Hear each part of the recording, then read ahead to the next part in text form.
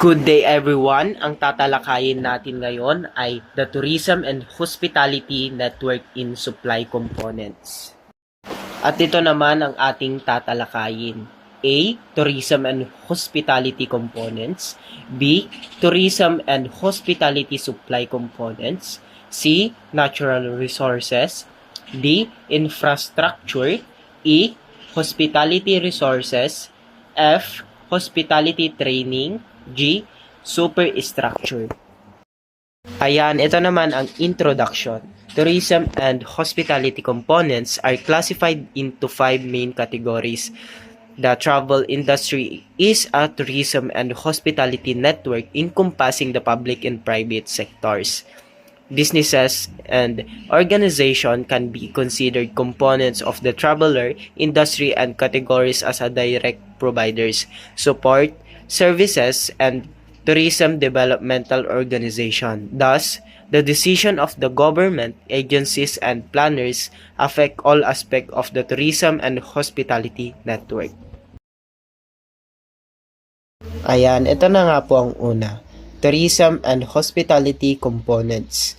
The travel industry is a tourism and hospitality network which includes both public and private sectors. Guy Choi and Makens, 1997, defined the industry as composite organization, both public and private, that are involved in the development, production, and marketing of products and services to serve the needs of travelers. Ayan, ito daw ay isang network na nagsasama ng parehong pampubliko at pribadong sektor. Ang layunin nito ay magbigay ng mga produkto at serbisyo na tutugon sa mga pangangailangan ng mga manlalakbay.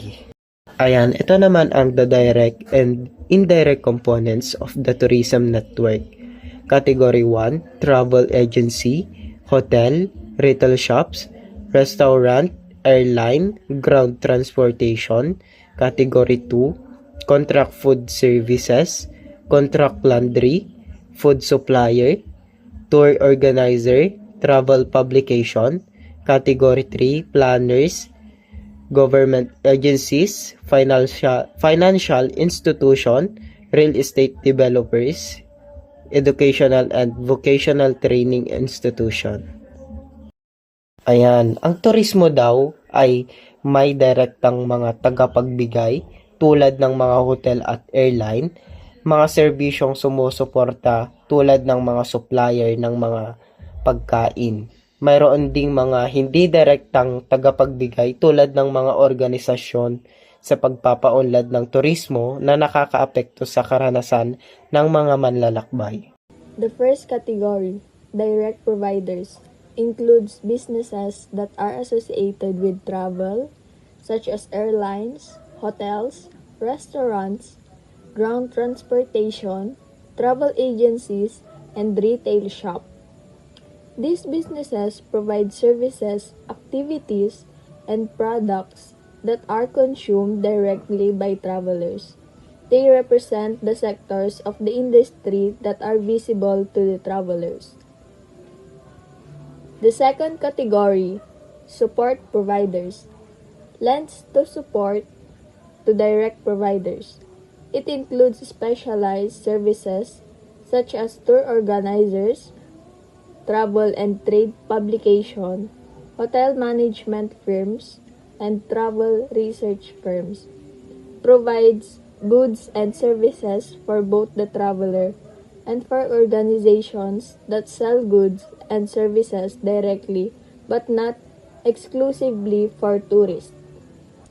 The third category, tourism developmental organizations, includes planner, government agencies, financial institution, real estate developer, educational or vocational training institution. These organizations deal with tourism and hospitality development, which tend to be more complex and broader in scope than the production of daily travel services. Tourism and hospitality supply components. First, natural resources include elements in an area for the use and enjoyment of visitors such as climate, landforms, terrain, FBRA, fauna, bodies of water, and beaches, etc. Second, infrastructure consists of all underground and surface developmental construction such as water supply systems, sewage disposal systems, and other constructed facilities such as highways, airports, railroads, parking lots, etc. Third, superstructure is the above-ground facility services such as airport buildings, passenger traffic terminals, hotels, motels, resorts, restaurants, shopping centers, etc. Fourth, transportation and transportation equipment includes items such as ships, airplanes, buses, trains, limousines, taxis. The tourism and hospitality supply and components. 5. Hospitality resources included the cultural weight of an area, which makes possible the successful hosting of tourists. Example are the welcoming spirit of tourists, business employees, the attitude of the residents towards visitors, courtesy, friendliness, and willingness to serve the visitors. The natural resources. The natural resources of the destination area provide an excellent asset to sell to tourists. The physical characteristic of an area can be generalized as a natural current climate change and environment. 1. 1. The natural scenery is a combination of the general topography, flora and fauna, proximity to lakes, rivers, seas, islands, and many more. The natural resources. 2. Climate. The average course of the condition of the weather at a place, usually over a period of years, as exhibited by temperature, weight, velocity, and presentation. Comfortable cold climate is determined by the weight chill factor, a term used to express how the temperature feels to the exposed skin. Comfortable warm climate is determined by the combination of humidity, temperature, and wind. Infrastructure. The infrastructure consists of all underground and surface developmental construction of a region. Water, power, communication, sewage, drainage, healthcare, streets, highways, transformation terminals, general air, rail, bus, security.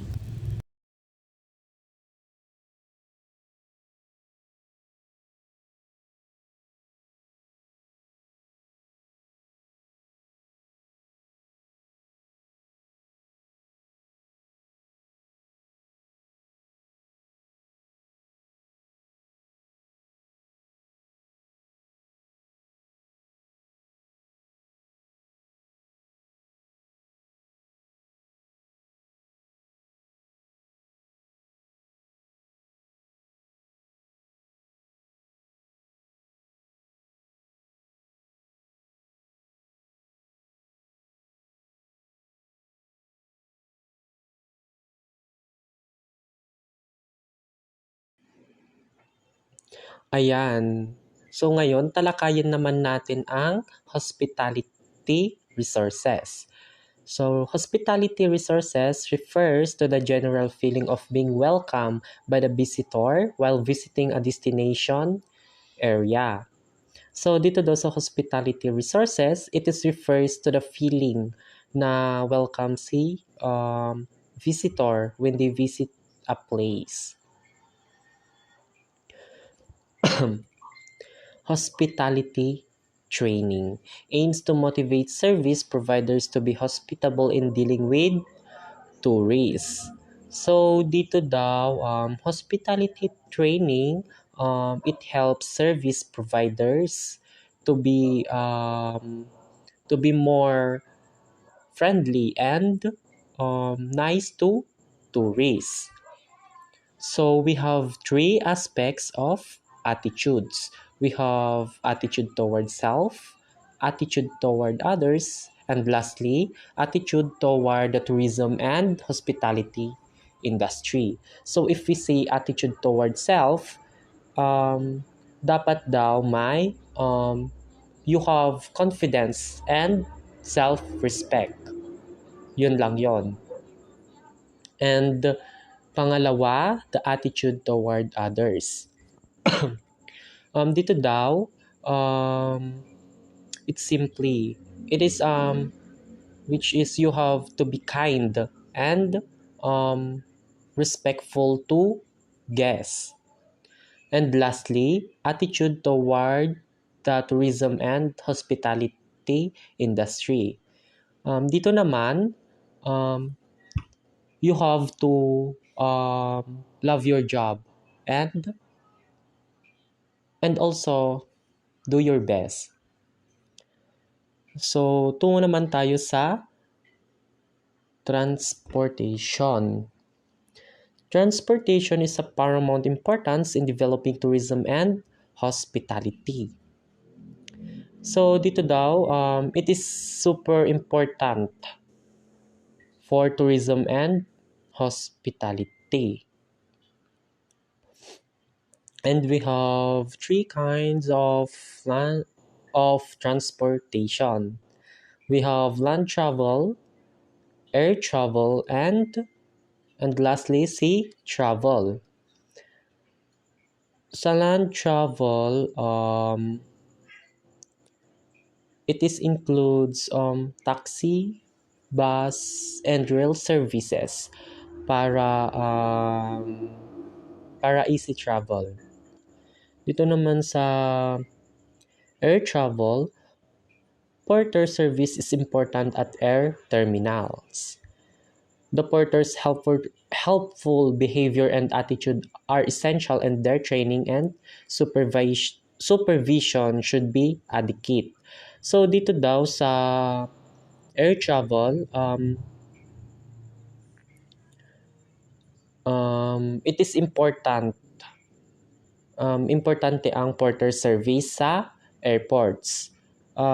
They need good training para maayos silang tumulong sa guests. And lastly, the sea travel. It is a major factor in tourism and hospitality.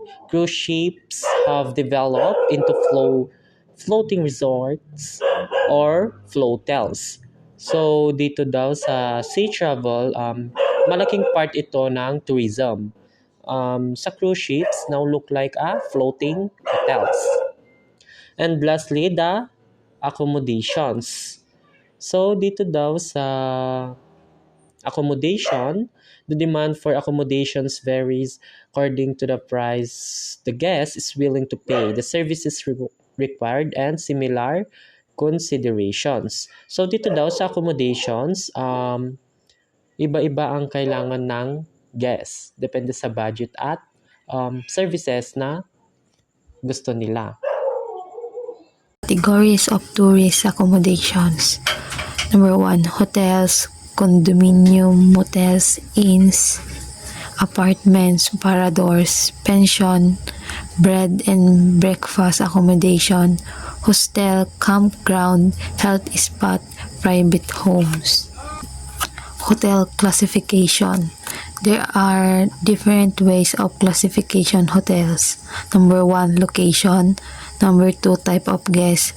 3, price. Tariff plan. 4, star categories. Category. Food and beverage. Most of the tourist dollar is spent on food and beverage than on any other service. Restaurants are established of offering refreshments, meals to the public. Some of the basic standard requirements for restaurants are the following. The facades and architectural features of the building shall be appropriately designed. Ang disenyo ng gusali ay nagbibigay ng unang impresyon sa mga customer.